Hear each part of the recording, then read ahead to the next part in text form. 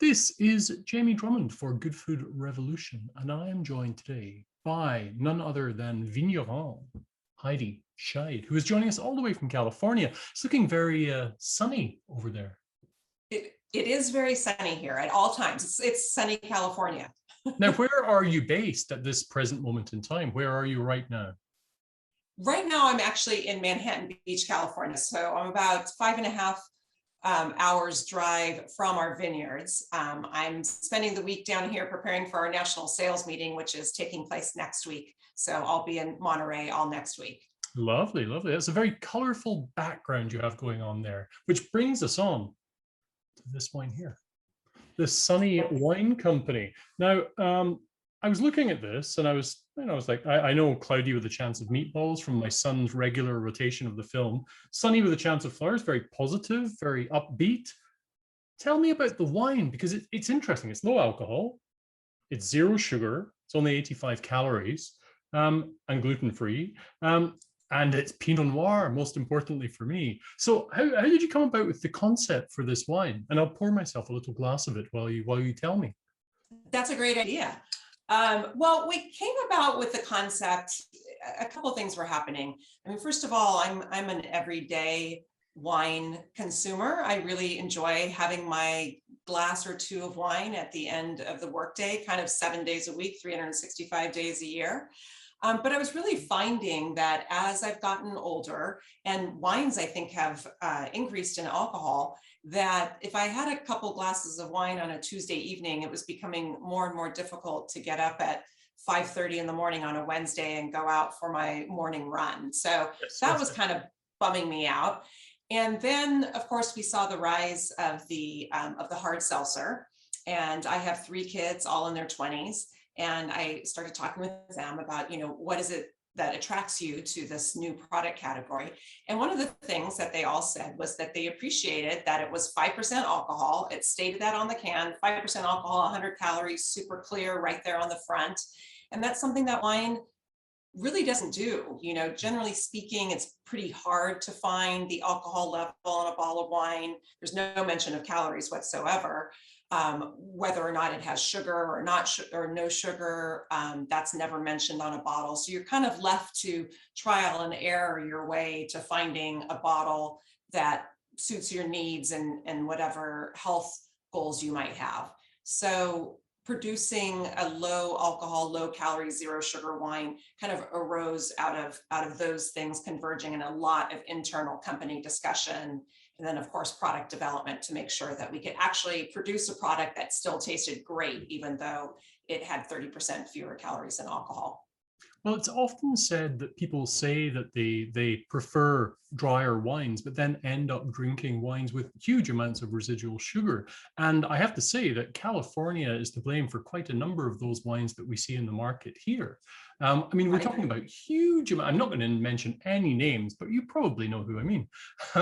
So how does one make a wine with balance, with equilibrium, when you're making a wine without that sugar and with lower alcohol? Because surely you have to do a little bit of adjustment. Yeah, I know. It's funny that you say that people kind of talk dry but drink sweet, because that is definitely something that we have noticed, and probably they don't understand that they're actually drinking sweet. When making any wine, it always starts in the vineyard, right? There's nothing that you can do if you start with inadequate fruit. But it's never more important than when you're producing a wine where you're actually removing alcohol and fermenting to dryness, because you've just taken away 2 tools that a winemaker has, because higher alcohol can hide a multitude of sins, as can keeping a level of residual sugar in the wine. So when you kind of take away those 2 tools out of your toolbox, you're really left with the fruit and nothing but the fruit. So it's really important to start with beautiful fruit with full fruit flavors. So when we make Sunny with a Chance of Flowers, we allow the grapes to hang on the vine to reach full flavor development. And these are grapes from our estate vineyards in the Monterey appellation on the central coast of California. So the Pinot Noir that you're drinking is a beautiful, cool climate that makes just an astounding 13.5 to 14% alcohol wine. And therefore we can remove 30% of the alcohol and still have something that is truly a Pinot Noir that has all the varietal character. Yes. It's a little bit lighter in the mouthfeel because you are removing, alcohol provides weight. So it's a little bit lighter in the mouthfeel. I actually like the sunny Pinot Noir with a little bit of chill on it. I keep it in the refrigerator, take it out, like 15 to going to drink it, and it has a little bit of a lighter body, but you still get all of that beautiful Pinot Noir character. And so it really comes down to the fruit. Being a huge fan of lighter styles of wine, I'm loving this color. I've had the Pinot from California that's been almost black in color. Right. I don't, maybe I shouldn't be saying this with you being such a standard bearer for California wine, but it's interesting because California has been the source of so much excess when it comes to wine. And I guess that ties in with maybe the excess of certain parts of California. But then there's also the whole holistic, healthy aspect of California, which is bringing us wines like this. Are there other wines that are doing the same as this in your market right now? Well, there are, it's kind of a new category that here Yes. we're calling it the better for you category. So there are definitely other entrants into that category, other brands that are doing this. And it's funny that you mentioned, kind of California sort of being known for two different things. Yeah. And there really is that juxtaposition of these, bigger style, more extracted, really intense and jammy kind of wines. And that's sort of one style. And then there's this movement of sustainability and, a holistic approach. And those, both coexist. We produce a lot of different wines. We joke when we're sitting around the table tasting things before we bottle them we're not making these for us, we're making it for other people. And so what are their expectations when they open up this bottle? But it's really hard to take your own bias out of it, because as winemakers and as kind of wine geeks, we really veer towards a more restrained style or more elegant style, yet the market seems to reward, and even the scoring tends to reward that much bigger, bolder, extracted style. So we have to really make sure we're wearing the right hat when we're making different wines that we make. With Sunny, the goal really was just to make the best low alcohol wine that we could make. It's 9% alcohol. And so it was really important to us that it still really delivered on the variety and it still really tasted like wine. Otherwise, what's the point? I'm not going to make that trade-off. I'll just drink less wine, or I'll substitute something different if it doesn't taste great. So it really had to be something that a wine lover was going to want to drink and would love and enjoy. Excellent, excellent. Now, when I used to do a lot more judging, I can remember if we were looking at the sub $25 Pinot category, I used to have all these glasses in front of me, and I would say that 3/4 of them showed no varietal character whatsoever. So I would almost toss those aside. But yeah, this at $17.95 is undeniably Pinot. And it's some of the most charming aspects of Pinot fruit that come through on this. Now, how would you describe the aromatics that one finds on this? Well, first of all, thank you so much. That's music to my ears to hear somebody with your qualifications saying that. I just get those beautiful red cherry, black cherry. To me, that's what Pinot Noir is just cherry berry aromas with enough oak to give it some complexity and support, but not to overshadow the fruit. We have been farmers since 1972. Our roots are as a grower. We spent the first 25 years of our company history supplying grapes to other wineries, not really making any of our own wine. So our soul is in the vineyard, and our head winemaker, Dave Nagengas, always jokes that his job is don't screw up the grape.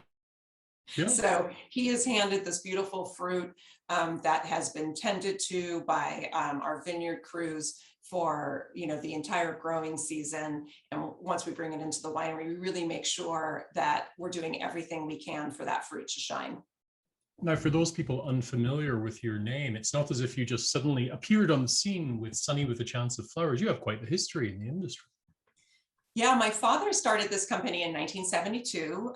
In fact, next year is going to be our 50th anniversary. Can't believe that. Heidi Scheid is 89 years young and still very much involved in the strategic vision of our company. My older brother, Scott, is president and CEO.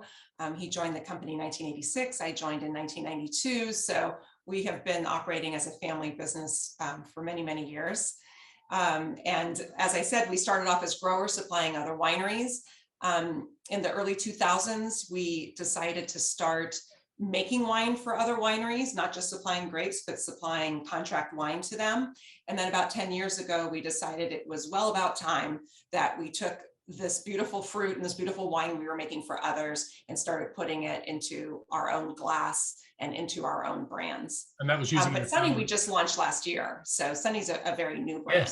Yes. But that was previous to that, that you were, it was the first time you were putting it under your family name, right? Yeah, so yeah, we've had a Scheid Vineyards label for quite a few years, but it really wasn't until about 10 years ago that we kind of started to just focus on transitioning from being a supplier to others to being our own producers. So the whole, what was it you called it? The new category, the better for you category. Better for you category. And that's actually, that's how it would be categorized in a store, for example? Or that's how stores in the US are looking at it. It's not really something as the winery that we can speak to very much because it's difficult as a winery owner to talk about the health attributes of wine. You're not really allowed to do that. Some of them do, though. Yeah. Yeah, so we do have to be careful. Even calling it better for you, I guess that's better than healthier for you, but we do have to be careful about how we frame it. We say that it's a brand for people that are pursuing a healthy and active lifestyle. So it's supportive of those goals in that obviously it's less alcohol than if you're consuming, a regular, more traditional wine. Yeah, when I opened it up, this bottle up, I was just beginning to open it up at around about 3 o'clock. My wife was looking at me suspiciously because she doesn't really like me opening wine during the day. But as you said earlier, it's lighter. It's only 9%. Absolutely. It's the perfect wine for day drinking. I don't think that would wash with her at all. Now, Heidi, it would be remiss of me if I weren't to ask how things were down in your part of the world with regards to the still ongoing pandemic. Oh, well, gosh, a couple of weeks ago, I would have said things were really going well, but, we've kind of taken a step back the last 2 weeks. Okay. It's now, back to an indoor mask mandate. I see. A lot of people, coming down with the Delta variant, for whatever reasons, choosing not to get vaccinated. So, we're kind of back to the unknown, which is really difficult for all the small businesses. We survived very well throughout COVID. We are considered an essential business. We're an agricultural business. We're a winery. So we never skipped a beat because, we have operations that, we never shut down for a day. We were able to handle it really, really well, both in our production facilities and in our business units and offices. So, we'll continue doing that here. For me, it's most difficult to see our small businesses struggling, the restaurants and the shops and the independent businesses who have hung on and been so resilient the last year and a half. We're finally seeing that beam of light that this was going to kind of end and then having to take a step backwards. So, all we can do is kind of follow the recommendations that are put forth and the requirements of the county that we operate in, and just hope that this will be it, that we'll get through it. How about you guys? Well, we're in an interesting situation. We're normally a few weeks or months behind Europe in different places in Europe. We've kind of seen a drop in cases, but I don't think we've really been hit by the Delta variant as of yet. So we'll see where that goes. The restaurants are slowly opening back up, which is great, but I really fear we're going to have some other form of lockdown in the not too distant future. So. Yeah, yeah, it seems like just like we were getting back into normal, everyone was coming back into the office, masks off. It was just like such a feeling of freedom. So definitely we've taken that step back. Masks are back on, which isn't a whole lot of fun, but we all do what we have to do. It doesn't really work with wine drinking, I've discovered. So Yeah, well, yes. So when we're tasting, we just try to keep a lot of space, and we don't have, we're keeping our tastings a lot smaller and spacing out. well, thank you so much for joining us at Good Food Revolution today. This is a really nice experience. I have to say, I did have some trepidation in having a wine with lower alcohol, particularly Pinot, which I was worried it would be lacking on the mid palate. But you've made a wine with true equilibrium here. I don't know how you do that by taking the alcohol away and still leaving that a mid palate. It's still a lighter mid palate, but it's really quite lovely. So I'm going to enjoy the rest of this bottle before my wife gets home. And well, no, maybe that's a bit too much. No, I better not say that. I better not say that. I won't say a word. I'm going to enjoy a little bit more of your wonderful Sunny with a Chance of Flowers. And hopefully we'll have a chance to catch up at some point in the future. Perhaps if you ever make it up to Toronto once travel restrictions are lifted somewhat. I can't wait to make it there, and I hope to meet you in person. That would be lovely. Thank you so much for having me today. No, thank you. Cheers. Cheers.